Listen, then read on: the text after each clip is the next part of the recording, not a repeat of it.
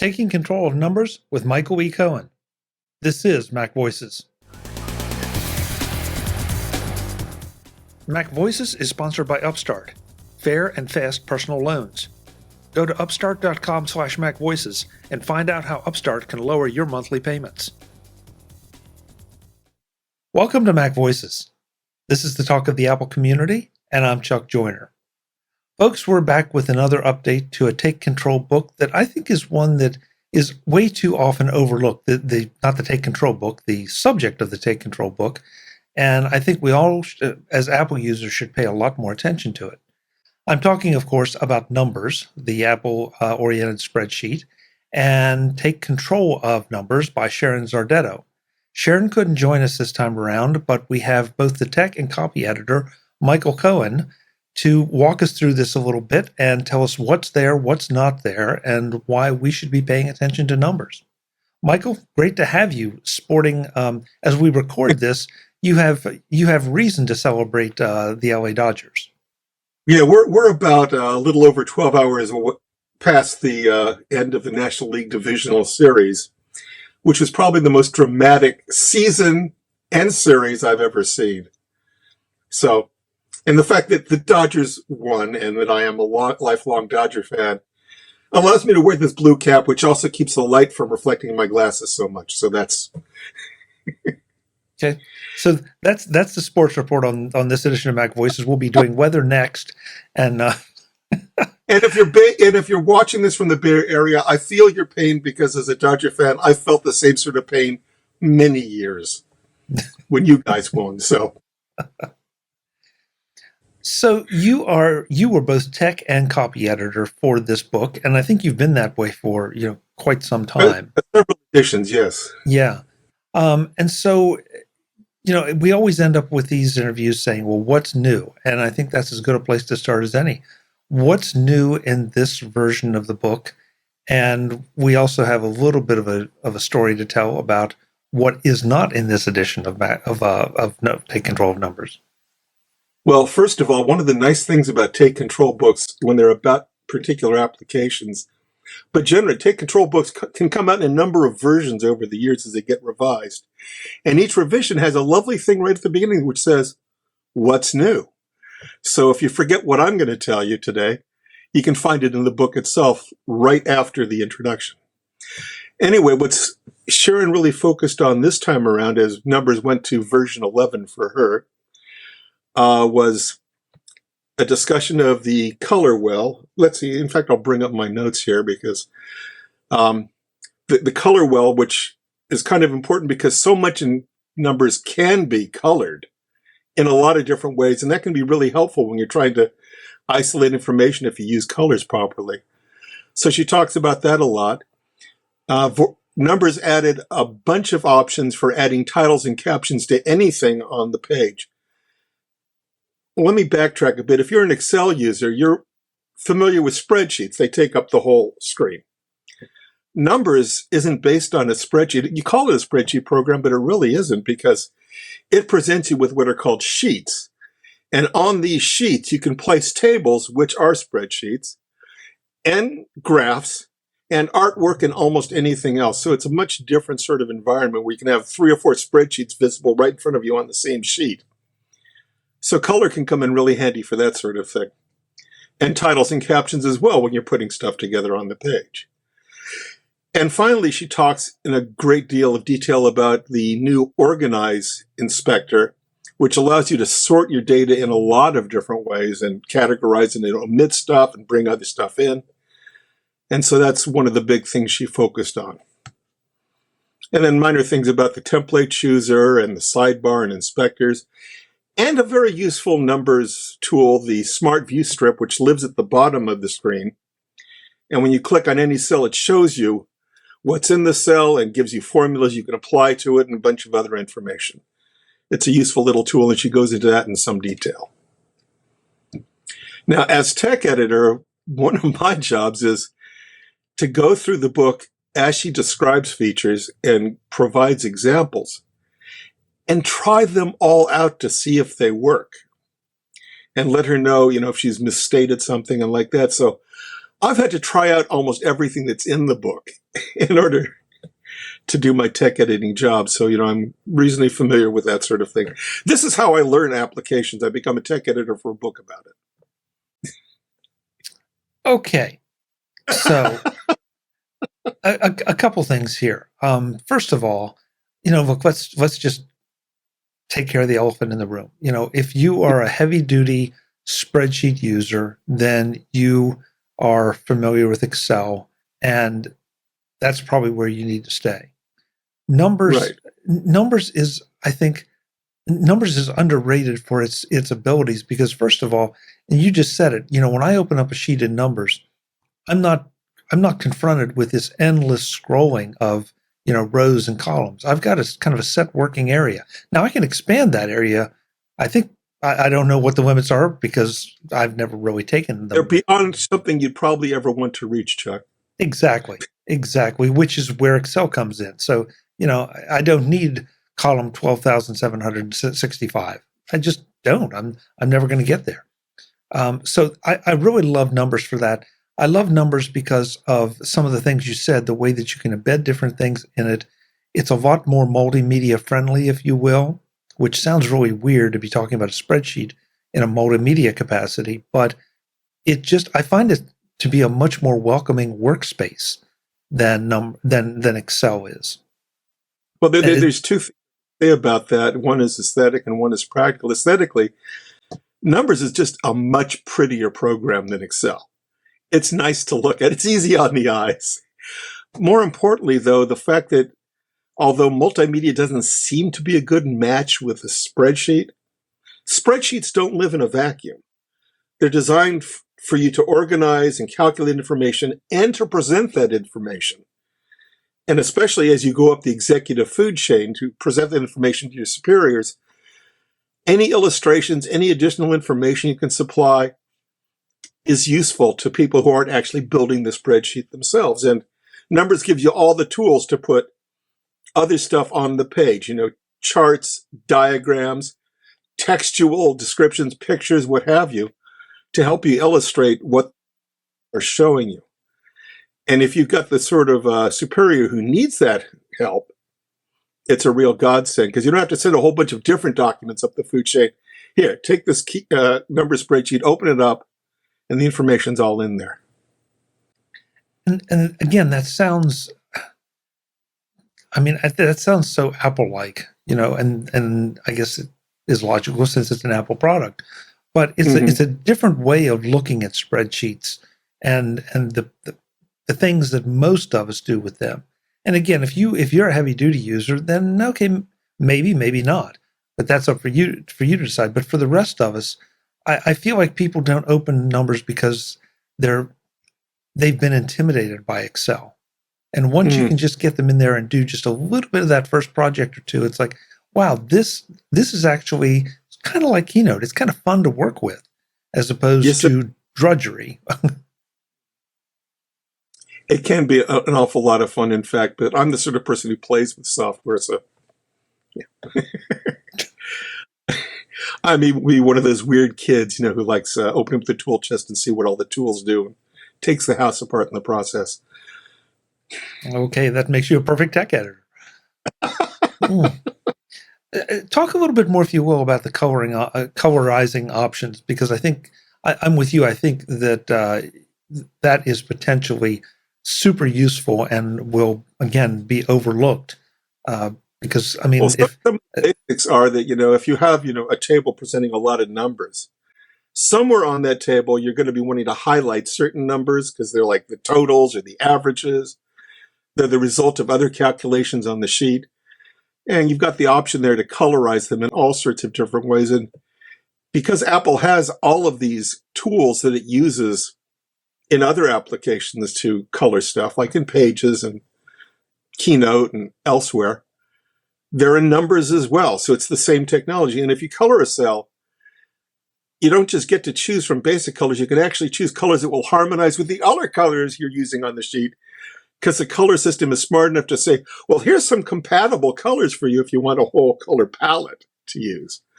So it's got that sort of thing going as well. And of course, you can apply colors with RGB colors, HTML colors, however you like to describe colors, there's a way to put it on the sheet. You can colorize the sheet, which sits behind the tables, which are your spreadsheets. You can colorize the sheets as well. And because a document can have multiple sheets, multiple pages, your spreadsheets on them, you can color code those as well to make them look good or to differentiate them. So there's a lot of things you can do with color, and understanding how color works is the key to getting it all working on your spreadsheet. So Sharon goes into that in a good deal of detail, and I had a lot of fun playing around with it. You can even, if you stick a photograph, an image in your spreadsheet, the numbers color system can look at that photograph and come up with compatible colors that will complement the setting around the picture.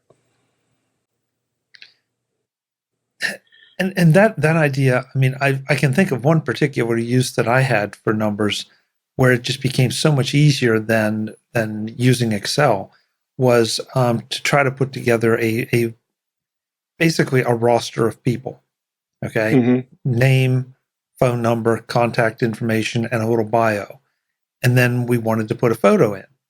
And that sounds easy. And yeah, you could do it in a page layout program, but having it in a quote unquote spreadsheet makes things a lot easier to sort when you want to, pick one of those and sort by. And that is a prime example of, where I would need the power of numbers that makes it so much easier to insert that graphic, or in this case, a small thumbnail photo, rather than try to do a lot of layout or anything. It's like, okay, that's where it's going to go, paste it in, and it's done.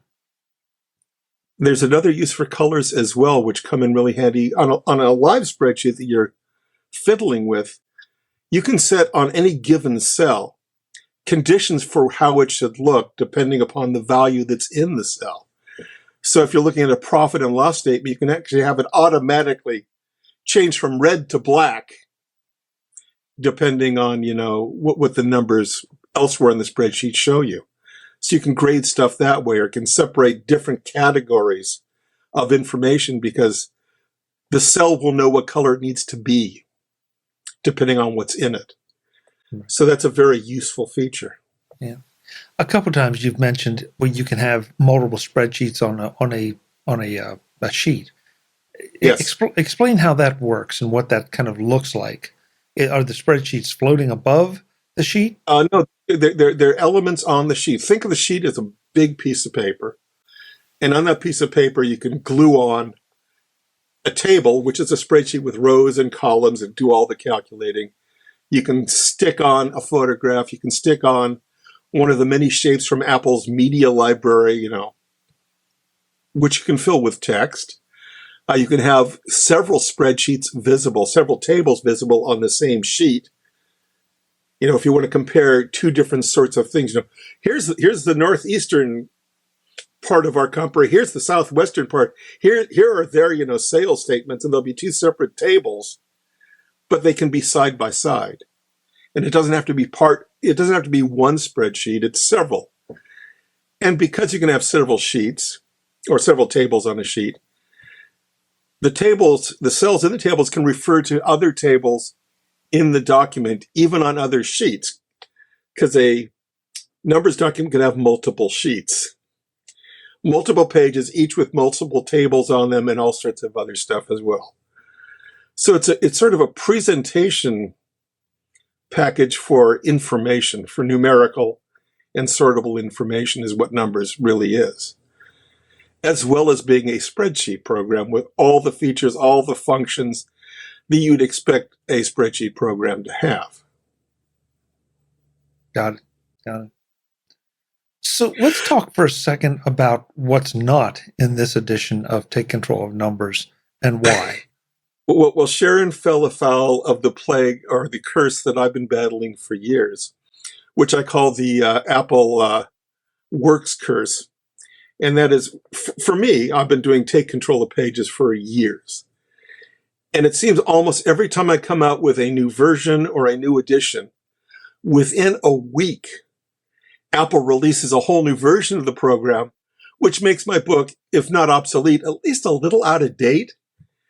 And it has happened without fail, almost without fail, for the entire time I've been writing Take Control of Pages.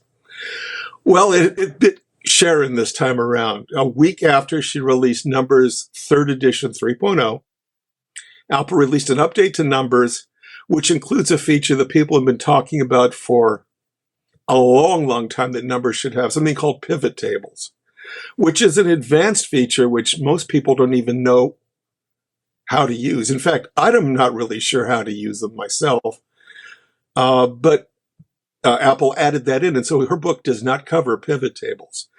However, interesting enough, Sharon knows enough about spreadsheets that in writing this book, she has covered the issue of what pivot tables can tell you and how to work around that with the features that Numbers had until pivot tables were introduced.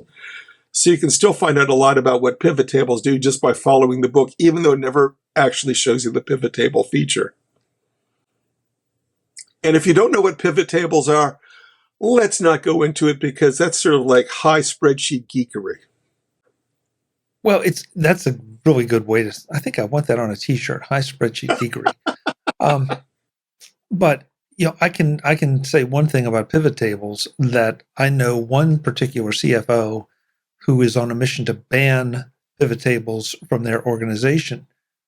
Not because they're not useful, but because if and when somebody builds one wrong and it filters the wrong information, it's so darn difficult to go in and troubleshoot, that there are easier ways. And it sounds like Sharon goes through some of those ways, in the book to work around it, whether we're talking about Excel or Numbers.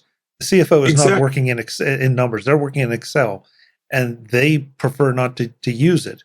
And so, I mean, Right. powerful feature if you know how to use it, but dangerous. Well, you've got two opposing things going on when you're dealing with any spreadsheet, whether it's a full screen spreadsheet like Excel gives you, or tables on a sheet that Numbers gives you, and that is they're there to encode and present information, mostly numerical information, and a lot of it in rows and columns, and give you summaries and formulas and that sort of business. But, the information's usually all in front of you. The whole point of pivot tables and some of the other things that Sharon goes into is sometimes you don't want all of that stuff in your face. You want to hide the guts and just show the high points. And that's what one of the things that pivot tables can give you. And categories, which Sharon talks about in the book, can give you ways of filtering the information so the sheet only shows you the stuff you really need to see and hides all the gory details in hidden rows, hidden columns, or somewhere else, or even on another sheet, on another table in the document. So, you want to have all the information in front of you at your fingertips, and that's a great thing that spreadsheets do. But sometimes you want to hide all that information because it's just too distracting. And that's what these features in a spreadsheet can do. But when you hide information, sometimes you may be hiding the wrong stuff. The devil is in the details, and the devil doesn't like to be ignored. This edition of MacVoices is sponsored by Upstart. Fair and fast personal loans. Go to upstart.com/MacVoices and find out how Upstart can lower your monthly payments. What would you do if you didn't have high-interest loans or credit card debt? Isn't it time you find out? With Upstart, you can pay off your existing debt quickly and easily and start living your life. Upstart has been used by over 1 million people to get one fixed monthly payment with a clear payoff date. You could be next. Upstart makes it easy because it's all online. And unlike some other options, Upstart doesn't just look at your credit score, but also at your current employment and credit history to get you a smarter rate. Checking with Upstart doesn't impact your credit score, and the process takes just minutes, with loans from $1,000 to $50,000. And after you accept your terms, you can receive your funds in as little as one business day. Find out how Upstart can lower your monthly payments today when you go to upstart.com/MacVoices. That's Upstart, upstart.com/MacVoices. Don't forget to use my URL to let them know I sent you. Loan amounts will be determined based on your credit, income, and certain other information provided in your loan application. Go to upstart.com/MacVoices. Thanks to Upstart for their support of MacVoices. Well said. Well said. And I'm slamming pivot tables a little bit because I've had my own experiences with pivot tables, and it's I mean they're like a sharp knife. In the right Mhm. hands, they maybe a scalpel's even a better example. In the right hands, they can do some amazing things. In the wrong hands, you start losing limbs, and Oh, that's not what you want to do. no. Mhm. So anyway, that's why pivot tables aren't in the book. But there's a huge amount in the book. In fact, Sharon and I have had a sort of take control competition going for the last several years about who has written the longest take control book, the one with the most pages. And sometimes she'll get a little bit in the lead, and sometimes I'll get a little, because we're using Apple's Works programs that you think they're simple. Apple gives them away for free, for heaven's sake. How good could they possibly be? But there are so many features in Numbers or in Pages or both. And because they run on Macs, iPads, iPhones, and the web, there's a huge amount of stuff to cover. So these books get really big, really quick if you want to cover all the things that they can do, or even just all the important things they can do.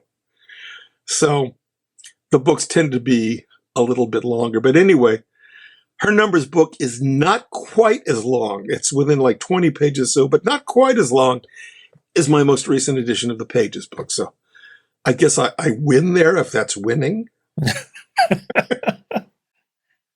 20 more pages you have to update in the next version. 20 more pages that Joe has to publish, 20 more pages that somebody has to edit. Yeah. But Gosh, I wish their Numbers were a lot less full featured because those books would be a lot easier to edit and write. well, I was going to go right there because you made an interesting statement that they give away pages, they give away Keynote and Numbers with any new Mac. Right. So that's the first thing I want to touch on. That okay, how good can they be? Well, these are pretty darn good programs, and I mean, I will take Keynote over PowerPoint any day. I frankly will take Pages over Word anytime I possibly can, just if nothing else because of the aesthetics. I know there's a few things, well, there are probably some things, more things that I realize that Word can do, but I'm not the audience for that. I don't need that. I don't need all those, super high powered features. So if you do, more power to you. But if not, why spend the money and, use what you got? That's true. Yeah, Yeah. there's a lot to say about that historically, about how these things came to be. The fact is, the Windows, Microsoft Office programs, Excel, Word, PowerPoint, those are part of the Office package, and the name kind of implies what they're meant for. The Office, Microsoft was always developing for businesses. I mean, that was their primary market from the very beginning, computers and business. And so these are business programs, and that's their heritage, that's their lineage. Apple has always been the computer for the rest of us. So it's been aimed at students, aimed at home users, aimed at small businesses, aimed at people who weren't parts of huge organizations. So they're personal programs. So they start off from a different basis to begin with. Office, what's needed in an office is what those programs cover. Apple stuff, what's needed when you're not in the office. And that's where they started from. They have grown towards one another as the years have gone on. So they have roughly comparable feature sets at this point. And it's sometimes just a matter of taste and psychology as to which one you really want to use, or because your business says you need to use this one or that one. But the fact is they're now both really fully featured. But they come from very different places originally, and their look and how you interact with them is still conditioned by their heritage. That's well said. That's very well said. Apple also does something else. Microsoft has used Office for a long time to help sell Windows. Apple has long used its iWork program for a long time to help sell Macs and now iPads and like that. So they're used to sell different things. as well. But one of the reasons Apple gives it away is because it doesn't cost them much to add it to the program. It's going to make the Mac so much more attractive to the purchaser of a computer. Hey, I buy this computer and I also get this nifty software that I can use, in my business. I can use to write letters to my kids. I can use to do little presentations for my club, my reading group, or what have you. So, that's free. Apple also has another reason for making these programs free. And that's to demonstrate the latest features of their software and hardware environment. So when Apple comes up with a new operating system capability, a way of doing things, Apple will give developers, software developers, examples of how you might want to use it by incorporating those capabilities in Numbers, in Pages, and in Keynote. So you can see, well, this is why we added these features. Here's how you might want to use these features in your own apps. So it's a demonstration as much as anything else. So it becomes a way to educate developers. It becomes a way to sell their computers. So selling Numbers for a fee doesn't make nearly so much sense to Apple as giving it away for all the other benefits it offers. So that's why it's free, not necessarily because it's just a cheap ripoff. It's not. No. These are rich and deep programs. Yes. If you don't believe it, go read Sharon's book, go read Michael's books. But you brought up something else that honestly, until this moment, I hadn't really thought about making part of this conversation. I have a particular data set, if you will, let's call it that I update on a weekly basis, that I want to have available to me everywhere, or all the time, convenient access. I put it in Numbers because of the sorting capabilities and the structuring capabilities. And with Numbers, I then have it accessible on my phone anytime I want it. I have accessible on my iPad anytime I want it. It's always there. It's updated, all but instantly, if not instantly. And it is so, that right there, I'm finding more and more programs like that, they sync through iCloud or in some cases Dropbox, that give you your information everywhere. And, that can have some security implications, but I feel pretty good about the fact that it's Apple. And so where I'm going with this is, first of all, that's another feature benefit of using an Apple-oriented program, like Michael said, with the Apple ecosystem infrastructure. But does the book get into any detail on iOS and iPad versions? She doesn't talk about them so much, other than to refer to them from time to time as how things might be a little different on these platforms. But she focuses primarily on the Mac because she thinks that most spreadsheet Numbers users will be starting there. Whereas with a program like Pages, inspiration may strike you when you're out on a walk with your dog. You want to write the next chapter of your book, or the next paragraph of the next chapter of your book. You usually don't get hit with the same sorts of inspirations for numerical data. That said, when I first got a car, I had a notepad that I kept in the glove compartment. So every time I filled up with gas, I could say how many miles I'd gone since the last fill up, how many gallons I took, what it cost. So I could calculate, is the car losing efficiency? Am I spending more money? Well, I have a spreadsheet to do that now, to do that calculation.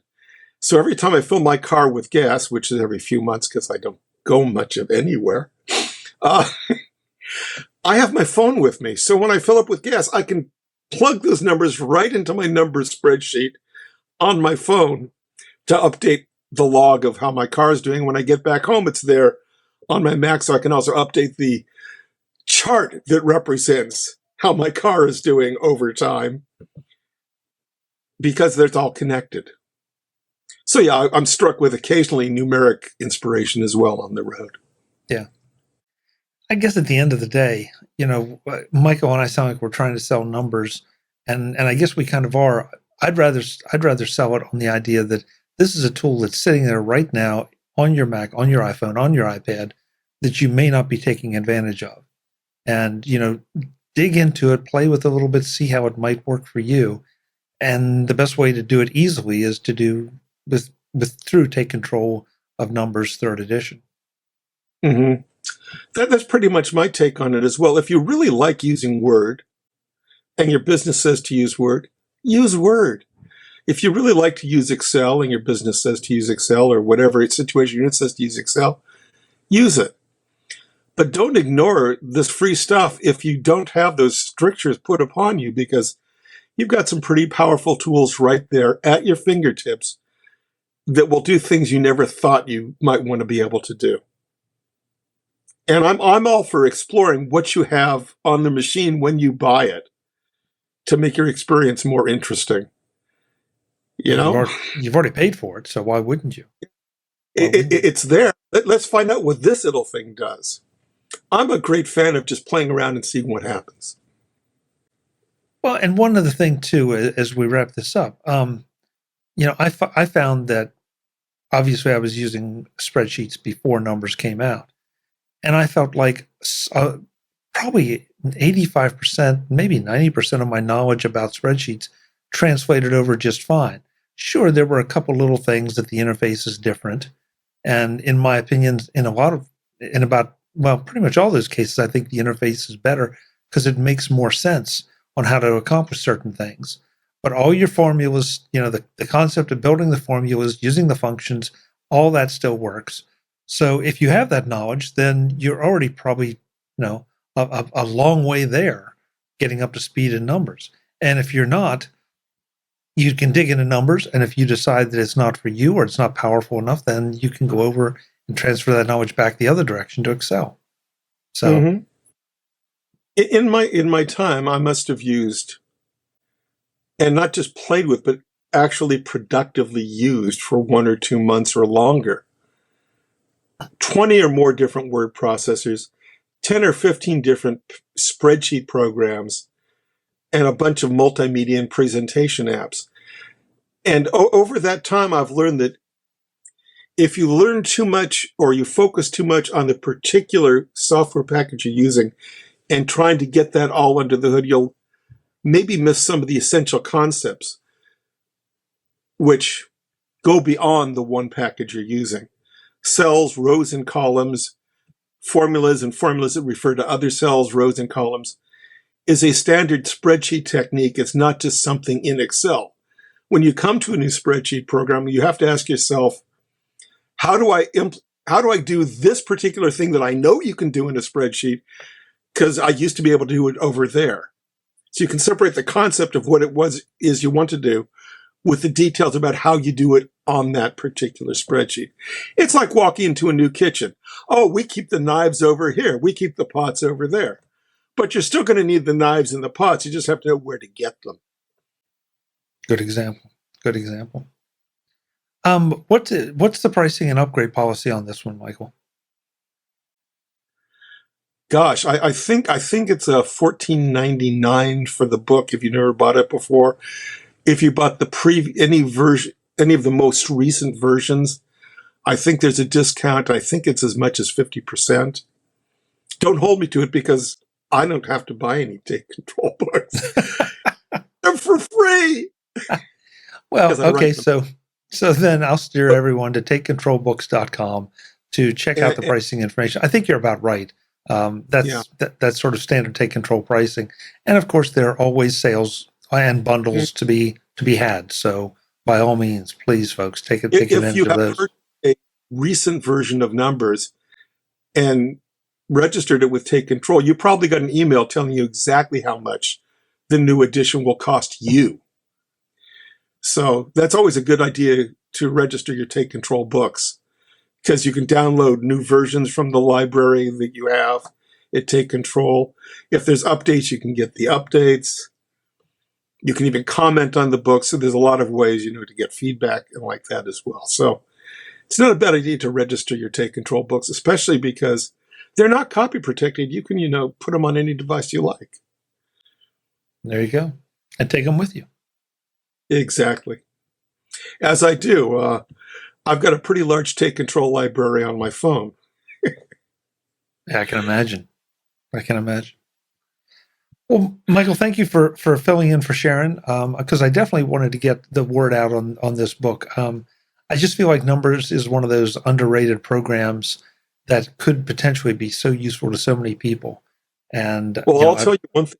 As the tech editor, I learned an awful lot about Numbers editing this book and things it could do that I didn't have any idea that it could do.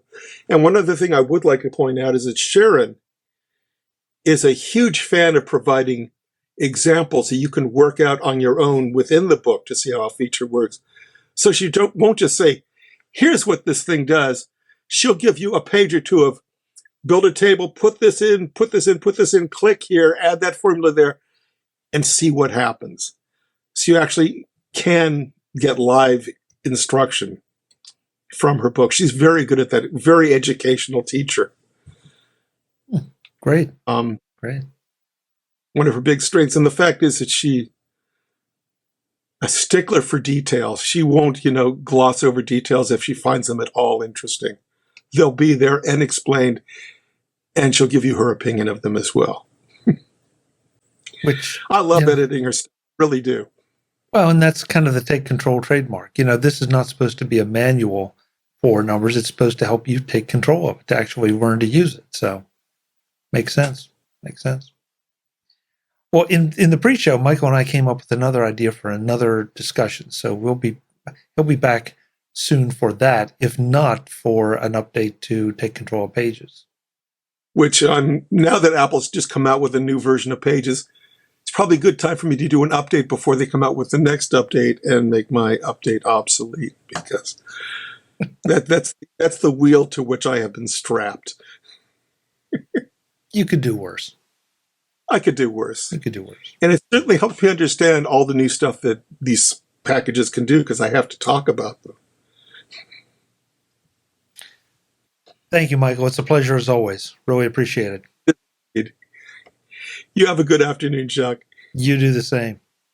Folks, I'm Chuck Joyner. This is MacVoices. TakeControlBooks.com is where you can pick up Take Control of Numbers, Take Control of Pages, Michael's book, and all the other great books from all the other Take Control authors. And I really, really urge you to go out and check all of them out, because it's one of the best ways to get up to speed quickly on whatever it is that you're looking at the book for. So go do it. Until the next time, and as always, thanks for watching. Visit MacVoices.com for show notes and to connect with Chuck on social media.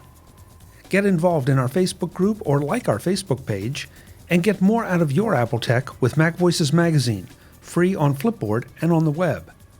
And if you find value in it all, consider supporting us through either our Patreon campaign at patreon.com/MacVoices, or by making a one-time donation via the PayPal link on our front page and in the show notes of each episode.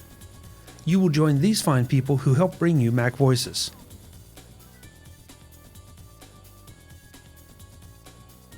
Advertising handled by Backbeat Media at backbeatmedia.com. Bandwidth provided by CacheFly at cachefly.com.